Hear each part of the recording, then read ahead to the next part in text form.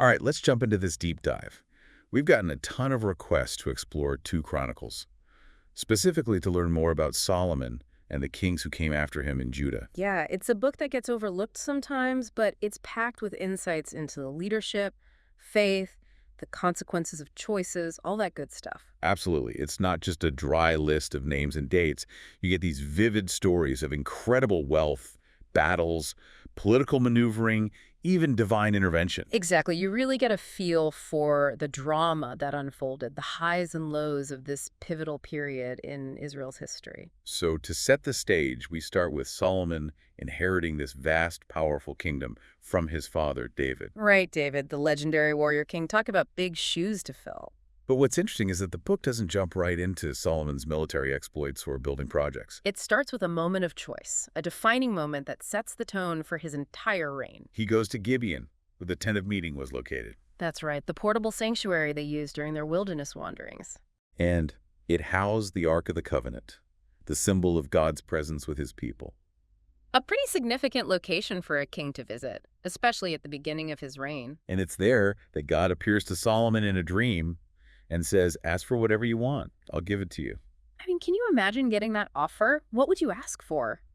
It's tempting to think he'd go for military might or even more riches to expand his empire. Right, those seem like the obvious choices for a king in that position.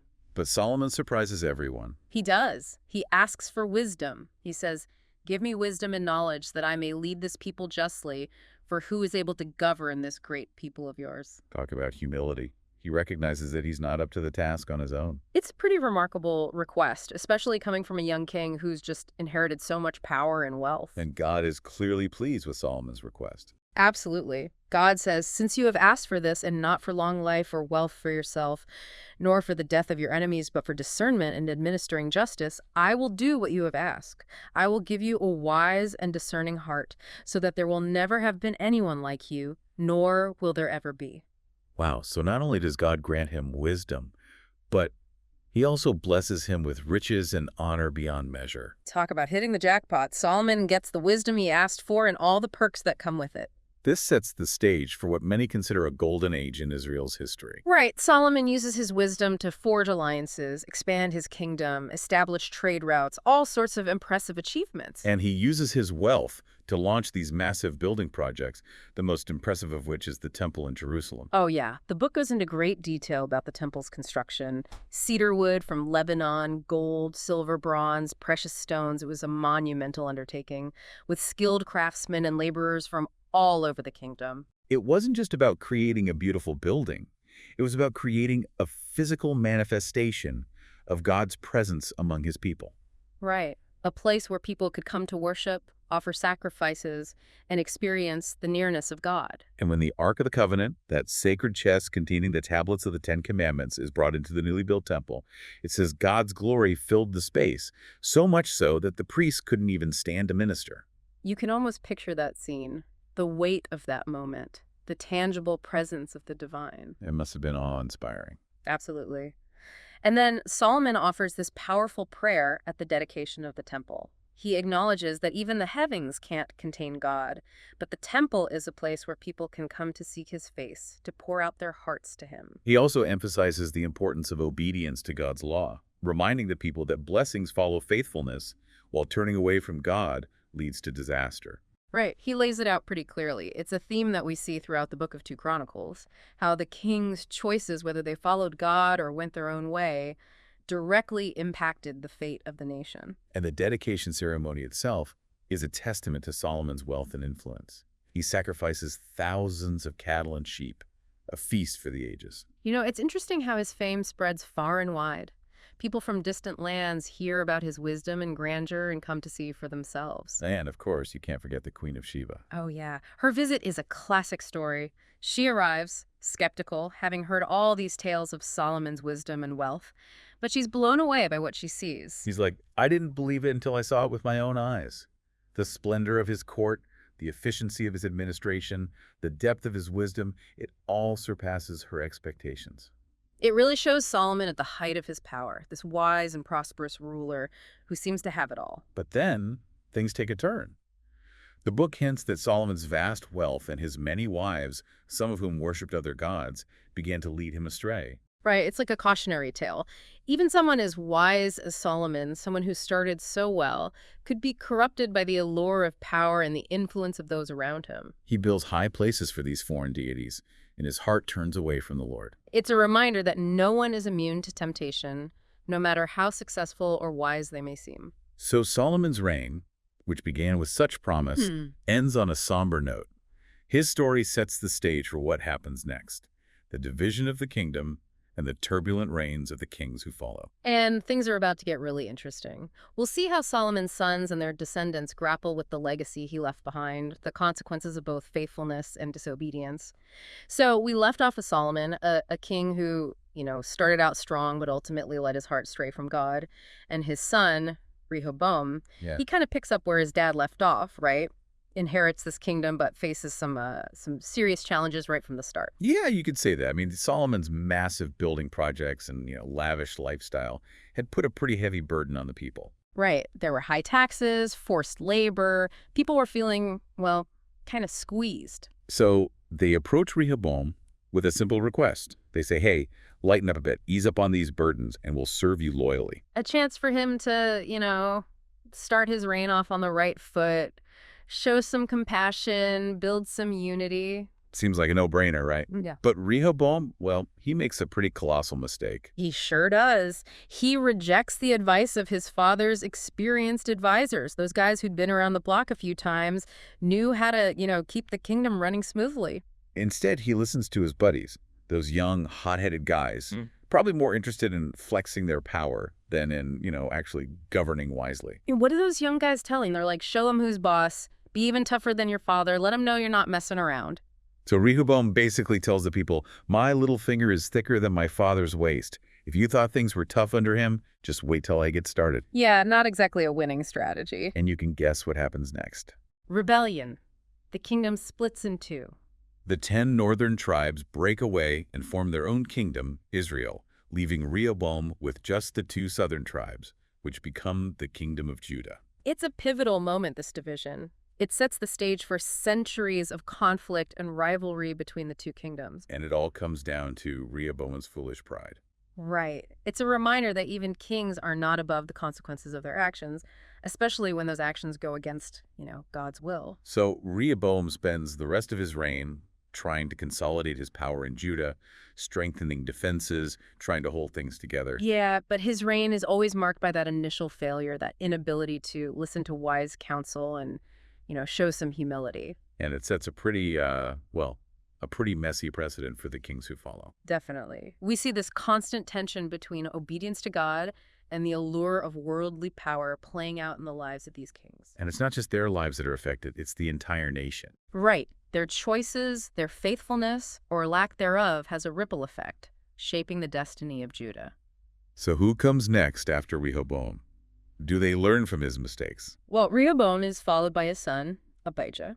And Abijah, he has this brief but kind of intense reign. Intense in what way? Well, he's immediately at war with Jeroboam, the king of Israel, the guy who led the rebellion against his father. Oh, so the family feud continues. Exactly. And Abijah, he finds himself outnumbered in this battle, facing a much larger Israelite army. Okay, so what does he do? He rallies his troops, reminds them that they're fighting for the God of their ancestors, the God who delivered them from Egypt and established them in this land. It's a powerful reminder of their heritage, their identity as God's chosen people. And it works. Abijah's army, fueled by their faith and their determination, wins a decisive victory against Jeroboam. So a moment of divine favor. Definitely. It shows how God can use even the most unlikely individuals, even in the midst of a messy family feud, to accomplish his purposes. But Abijah's reign is short-lived, right? Yeah, just 3 years. And after him, his son Asa takes the throne.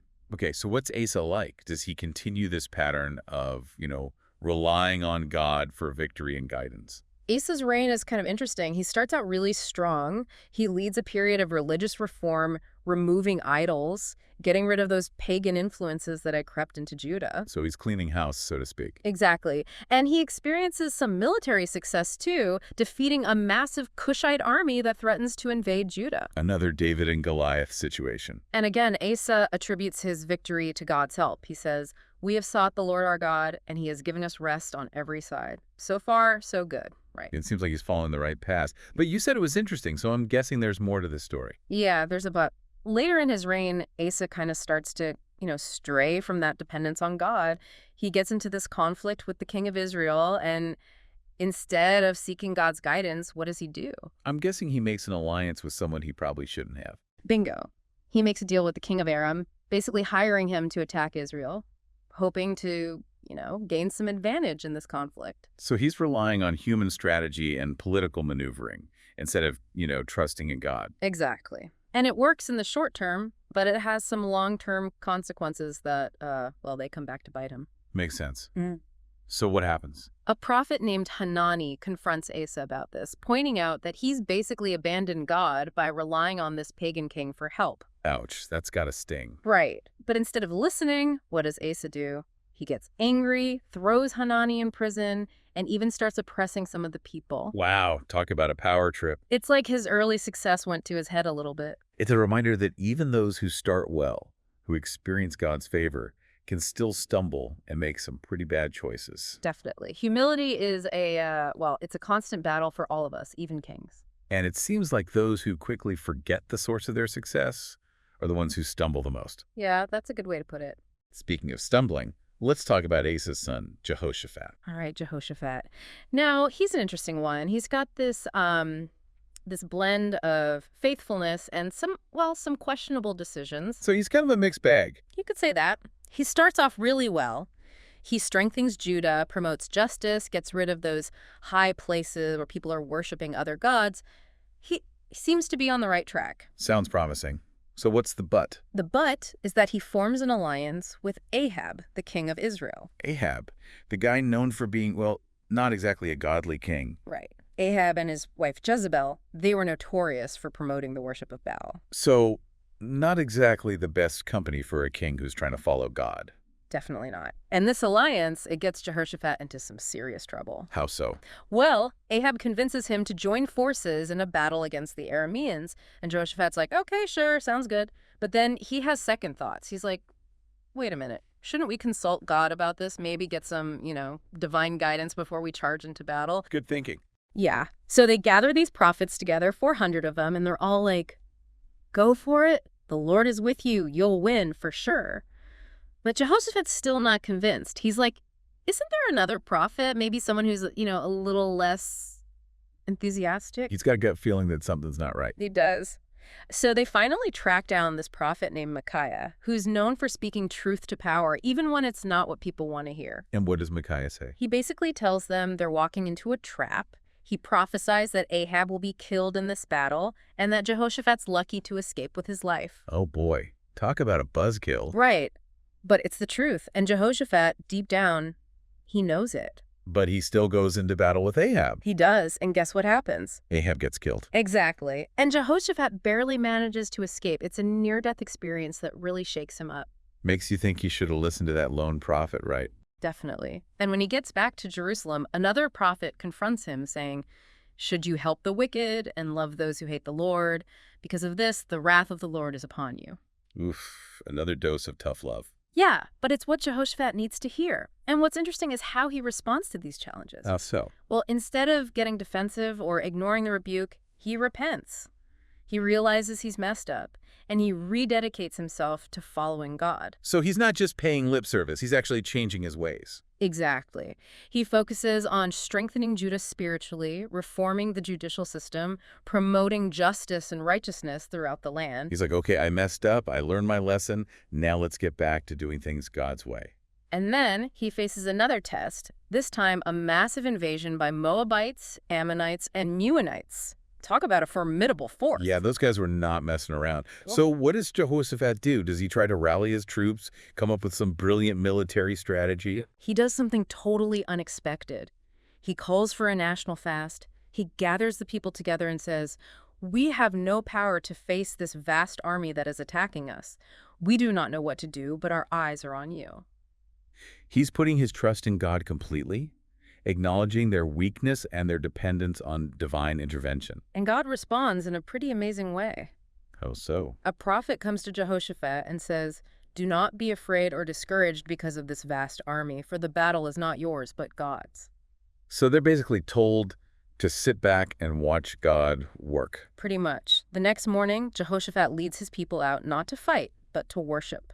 They send out singers ahead of the army, praising God, giving thanks for his deliverance, even though the battle hasn't even begun. What an incredible display of faith. It's like they're saying, God, we trust you completely. We're not even going to try to fight this battle on our own. It's a powerful moment, and Really? guess what happens? I'm guessing God comes through in a big way. He does.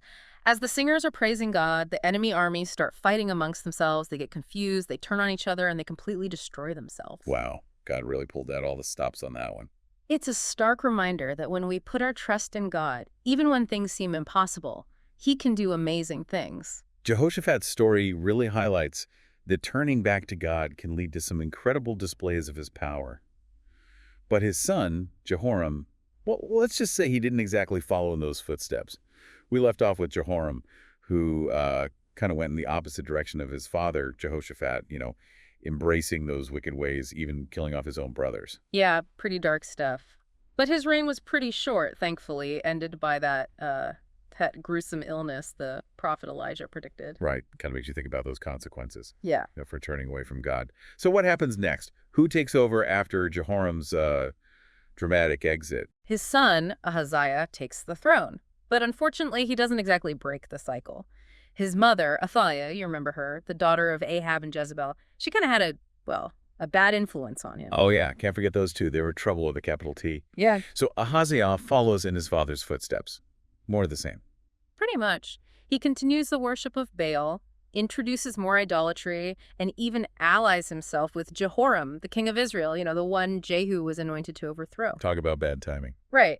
So when Jehu comes to power, he takes out both Jehoram and Ahaziah, kind of cleans house in both Israel and Judah. Wow. So both kings wiped out in one fell swoop. Yeah. But what about Athaliah? Where does she fit into all of this? Well, when she hears about Ahaziah's death, she doesn't just mourn, she seizes power, tries to wipe out the entire royal line to secure her position. Talk about ruthless.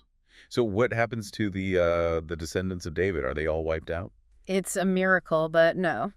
Jehosheba, Ahaziah's sister, she manages to rescue one baby, Joash, and hides him in the temple for 6 years. 6 years. That's a long time to be hiding out, especially with someone like Athaliah on the throne. Right.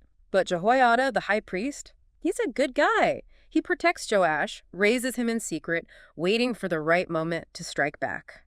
Okay, this is getting good. Yeah. So how does Joash eventually reclaim his rightful place on the throne? Jehoiada, he's a smart guy. He orchestrates this whole elaborate plan, gathers loyal supporters, arms the Levites, and when the time is right, he reveals Joash to the people and proclaims him king. Can you imagine the scene? Total chaos, right? Oh, yeah. Athaliah, she tries to stop it, but it's too late. She's outnumbered, outmaneuvered, and ultimately executed. Well, she had it coming. Yeah. So what about Joash? What kind of king does he turn out to be? He starts off pretty good, especially with Jehoiada guiding him. He restores the temple, repairs all the damage that had been done during those years of neglect and idolatry. They even come up with this innovative way to collect funds for the repair. Oh, yeah. What do? They put this chest at the temple entrance and invite people to contribute. Kind of like an ancient version of crowdfunding, I guess. I like it. A community effort to restore what had been lost. Exactly. But after Jehoiada dies, well, things take a turn for the worse. Joash falls under the influence of some not-so-great advisors, and he abandons the faith of his fathers, allows idolatry to creep back in. Another one bites the dust. Seems like these kings just can't resist those tempting idols. Yeah, it's a constant battle. And for Joash, it ends tragically. He orders the death of Zechariah, Jehoiada's son, who tries to warn him about his wickedness. And then a Syrian army invades, inflicts a humiliating defeat on Judah. So he pays the price for his disobedience. Definitely. And ultimately, he's assassinated by his own servants. Wow. Another king meeting a violent end. It seems like that's kind of a recurring theme in this book. So who comes next? His son, Amaziah, takes the throne. And he's a bit of a mixed bag, like some of the others. In what way? He starts off doing some good things. He punishes those who killed his father, which, seems fair. He also wins a victory against the Edomites, expanding Judah's territory. But then he makes this strange decision. Okay, I'm intrigued. What does he do? He brings back the Edomite gods and starts worshiping them. Seriously. He Yeah. defeats them in battle and then adopts their idols. It's like he thinks he can, control their power or something. Talk about a recipe for disaster. What happens? Well, a prophet confronts him about it, of course, but Amaziah ignores the warning and even threatens the prophet. Pride gets the best of him, like it did for so many other kings. And that pride leads to his downfall. You got it. He challenges Joash, the king of Israel, to a battle and gets completely crushed. Karma. Exactly. And to make matters worse, Joash captures Amaziah, takes him back to Jerusalem, and basically ransacks the city. That's got to be humiliating. So Yeah. what happens to Amaziah in the end? He faces a conspiracy, has to flee for his life, and is eventually assassinated. Another tragic end to a reign that could have been so much better. It seems like these kings just can't catch a break. Is there ever a king who manages to rule wisely and faithfully for an extended period? Actually, yes. The next king, Uzziah, he's one of the longest reigning and most successful kings in Judah's history. He rules for 52 years and accomplishes some amazing things. But even he eventually succumbs to pride. Okay, tell me more about Uzziah. What makes his reign so successful? Well, he strengthens Judah's defenses, expands their territory, develops new technologies like these advanced siege weapons. He's a bit of an innovator, you could say. Sounds pretty impressive. He's also described as a lover of agriculture. He builds irrigation systems, promotes farming and livestock. It's like a golden age for Judah under his rule. So he's a warrior king, but also a builder and a developer. Exactly. He really seems to care about the well-being of his people. And the book makes it clear that his success is directly tied to his faithfulness to God. It says, as long as he sought the Lord, God made him to prosper. But then, that pride thing kicks in. What happened? He decides he wants to offer incense in the temple, a duty reserved only for the priests. That's a pretty bold move. It is. And the priests are like, oh, no, you can't do that. It's against God's law. But Uzziah, he's so full of himself at this point, he ignores them. As he's holding the incense burner, bam, he's struck with leprosy. Wow, talk about instant karma. Yeah, he's immediately forced to leave the temple and live in isolation for the rest of his days. What a tragic end for a king who accomplished so much. It really shows that no matter how successful or talented we are, pride can bring us down in an instant. So what happens after Uzziah? Does his son learn from his mistakes? Well, his son, Jotham, takes over. And thankfully, he seems to have learned from his father's, pride issues. He's described as a righteous king who does what is right in God's eyes. So, bit of a course correction. Yeah, Jotham strengthens Judah's defenses, continues his father's building projects, and even wins a victory against the Ammonites. Okay, sounds like he's got things under control. He does a pretty good job. But even during his reign, there's this sense that the people are still struggling with, idolatry and corruption. It's like those old habits die hard. So even with a godly leader, it's not always smooth sailing. Right. True change takes time. It's not just about having a good king. It's about the hearts of the people being transformed. So what happens after Jotham? Does Judah finally get a king who can break this cycle of, faithfulness followed by rebellion? Well, after Jotham, his son Ahaz comes to power. And let's just say he's not exactly a shining example of godly leadership. Oh no, not another one. What does Ahaz do that's so bad? He basically undoes everything his father worked for. He embraces idolatry, shuts down the temple, even sacrifices his own son in fire as an offering to a pagan god. That's horrific. Yeah, it's a dark time for Judah. And his actions, they have consequences. What kind of consequences? Judah is weakened, they face constant attacks from surrounding nations, and they even end up becoming a vassal state to Assyria. So they lose their independence because of Ahaz's wickedness. Pretty much. He puts his trust in foreign alliances instead of, relying on God. It seems like a recurring theme. These kings making alliances with the wrong people, forgetting where their true strength lies. Exactly. But then after Ahaz dies, his son Hezekiah comes to power. And Hezekiah, he's a breath of fresh air. Finally, a king who seems to get it.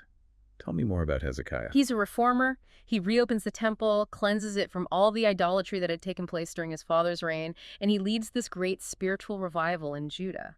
So he's like a reset button, bringing them back to their roots. Exactly. He reinstates the priesthood, restores the festivals, even invites the people from the northern kingdom, the ones who had split off years before, to come and celebrate Passover together. It's like he's trying to heal the divisions, bring the nation back together under the worship of the one true God. And it's not just about outward rituals. Hezekiah, he's a man of genuine faith. He trusts in God, even when things look pretty bleak. Speaking of bleak, what about the Assyrians? There's still a threat, right? Those guys were not known for being merciful conquerors. They're definitely a problem. And under Sennacherib, they launch a full-scale invasion of Judah, determined to wipe them out. So what does Hezekiah do? Does he try to make a deal with them like his father did? Nope. He stands firm, strengthens Jerusalem's defenses, and most importantly, he prays. He spreads out Sennacherib's threatening letters before the Lord and says, God, we can't do this on our own. We need your help. Another David and Goliath moment. It is. And God, he comes through in a big way. An angel of the Lord strikes down 185,000 Assyrian soldiers in a single night. Wow, that's a serious body count. It is. Sennacherib and his remaining troops, they're forced to retreat, totally defeated. Talk about a divine smackdown. It's a testament to Hezekiah's faith and a reminder that God is always in control, even when things seem hopeless. So Hezekiah's reign ends on a high note, right? Right. Victory over the Assyrians, spiritual revival, everything's great. Well, there's a little hiccup. Oh no, what happened? He receives some envoys from Babylon, and in a moment of pride, he shows them all the treasures of his kingdom. Like, hey, look how rich and powerful I am. Oh no. Pride always seems to be the downfall of these kings. It is. And the prophet Isaiah, he warns Hezekiah that this act of pride will have consequences. He predicts that Babylon will one day conquer Judah and carry off all its treasures. It's foreshadowing. Exactly. But despite that warning, Hezekiah's reign is still considered one of the most positive in Judah's history. Makes you think about those, those gray areas. Even good kings make mistakes. Definitely. But it's how they respond to those mistakes that really matters. So who comes after Hezekiah? His son, Manasseh, takes the throne. And unfortunately, he's not exactly a chip off the old block. Oh no, not another bad king. What does Manasseh do? He's considered one of the most wicked kings in Judah's history. He embraces idolatry, rebuilds those high places that his father had destroyed, even sets up idols in the temple itself. It's like a total reversal of everything Hezekiah had accomplished. It is. And his actions have consequences. He's eventually captured by the Assyrians and carried off to Babylon in chains. So he gets a taste of his own medicine, huh? The consequences of turning away from God. Right. But in his captivity, something interesting happens. Manasseh humbles himself and prays to God, repents of his wickedness. He finally comes to his senses. He does. And God, being merciful, he hears Manasseh's prayer and restores him to his kingdom. Another second chance. It is. And Manasseh, when he returns to Jerusalem, he tries to undo some of the damage he's caused. He removes the idols, tries to restore proper worship, but the scars of his sin, they remain. It's a reminder that our choices have consequences, not just for ourselves, but for those around us, and sometimes those consequences are long-lasting. Definitely. And it makes you wonder, what will his son do? Will he learn from his father's mistakes or repeat them? Okay, so tell me about Manasseh's son, Amon. Does he follow in his father's footsteps? Sadly, he does. He rejects the faith of his grandfather Hezekiah and chooses to follow the path of his father Manasseh during those early years of idolatry. It's like they're back to square one. Another generation lost to those false gods. Yeah. But Amon's reign is short, right? Very short. He's assassinated after only 2 years on the throne. Wow, so much for trying to turn back the clock on those reforms. It seems like there were people in Judah who were not willing to go back to those old ways. Makes sense. So who comes next? Amon's son, Josiah. And get this, he's only 8 years old when he becomes king. A child king. That's a lot of responsibility for someone so young, especially given all the drama we've seen so far. It is. But Josiah's reign, it's truly remarkable. He becomes one of the most righteous kings in Judah's history, leading a period of spiritual renewal that's unlike anything we've seen so far. Okay, now I'm really intrigued. How does this 8-year-old king manage to turn things around? Well, as he grows older, Josiah develops a deep desire to seek God. And during some repairs to the temple, they discover something amazing. A scroll containing the book of the law. It had been lost or neglected for years. Wow, talk about a rediscovery. The very foundation of their faith just sitting there waiting to be found. Right. And when the words of the law are read aloud to Josiah, he's devastated. He realizes how far they've strayed from God's commands, how much they've broken the covenant. A moment of truth, huh? It is. And Josiah, he doesn't waste any time. He launches into this massive religious reform, determined to purge Judah of idolatry and bring the people back to God. So what does that look like? What does he actually do? He destroys all the idols and altars to pagan gods, even those set up by his own father and grandfather. He reinstates the priesthood, restores the proper observance of sacrifices and festivals, and most importantly, he leads the people in this national covenant renewal ceremony. So it's not just about outward changes. He's calling for a genuine change of heart, a recommitment to the covenant they made with God. Exactly. And the people, they respond with enthusiasm. Josiah's reforms usher in this period of peace and prosperity, a true spiritual revival. It's amazing how God can use someone so young to bring about such incredible change. It is. And his crowning achievement is the celebration of Passover, the most faithful and joyful Passover since the time of the Judges, the book says. It's a beautiful image of unity and spiritual awakening. Sounds like a real high point in Judah's history. It is. But sadly, Josiah's reign, it ends in tragedy. He gets involved in a battle between Egypt and Babylon and is killed in action. Oh no, another good king cut down before his time. It's a devastating loss for Judah. They mourn deeply, recognizing that they've lost a truly righteous leader. So what happens next? Does Judah fall apart without Josiah's leadership? Well, after a brief reign by his son Jehoahaz, who's quickly deposed by the Egyptians, Josiah's other son, Jehoiakim, takes the throne. But he's not like his father at all. What does he do? He abandons the reforms, leads Judah back into idolatry. And to make matters worse, he ends up defying Nebuchadnezzar, the king of Babylon. Oh boy, not the Babylonians. They were not known for their patience with rebels. Right, and Nebuchadnezzar, he doesn't mess around. He invades Judah, captures Jehoiakim, and carries him off to Babylon in chains. So it's back to square one for Judah. Pretty much. Nebuchadnezzar installs Jehoiakim's son Jehoiakim as king, but his reign is super short. After just 3 months, Nebuchadnezzar deposes him, takes him to Babylon, and plunders the temple, taking all the treasures and sacred artifacts. Wow, so Judah's been stripped bare. What happens next? Nebuchadnezzar appoints Zedekiah, another of Josiah's sons, as the new puppet king. So they're basically a vassal state of Babylon now. Exactly. But Zedekiah, he makes a fateful decision. Despite warnings from the prophet Jeremiah, he rebels against Nebuchadnezzar, hoping to regain Judah's independence. It's a brave move, but also a pretty foolish one, taking on the mighty Babylonian Empire when they're already so weak. Yeah, it doesn't end well. Nebuchadnezzar returns with a vengeance, lays siege to Jerusalem, and eventually the city falls. This is it then, the fall of Jerusalem. It is. The Babylonians destroy the temple, burn the city, and carry off most of the inhabitants into exile in Babylon. The kingdom of Judah, the Davidic dynasty, it all comes to a crashing end. It's a sobering reminder of how far God's people had strayed from him and the consequences of that disobedience. Definitely.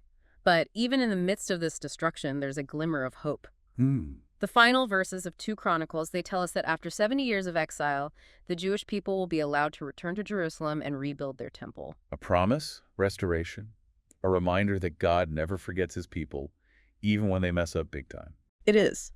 And it sets the stage for the next chapter in their history, the return from exile and the rebuilding of their nation. This deep dive into 2 Chronicles has been quite a journey. We've seen the rise and fall of kings, the consequences of obedience and disobedience, and their enduring faithfulness of God. It's a reminder that history is not just a collection of names and dates. It's a story of real people, real choices, and real consequences. And it has a lot to teach us about our own lives, our own decisions, and our relationship with God. So, as you go about your week, think about the kings we've encountered. What lessons can we learn from their successes and their failures? How can we apply those lessons to our own lives, our own leadership, our own faith? That wraps up our deep dive into 2 Chronicles and the kings of Judah. Thanks for joining us, and until next time, keep exploring.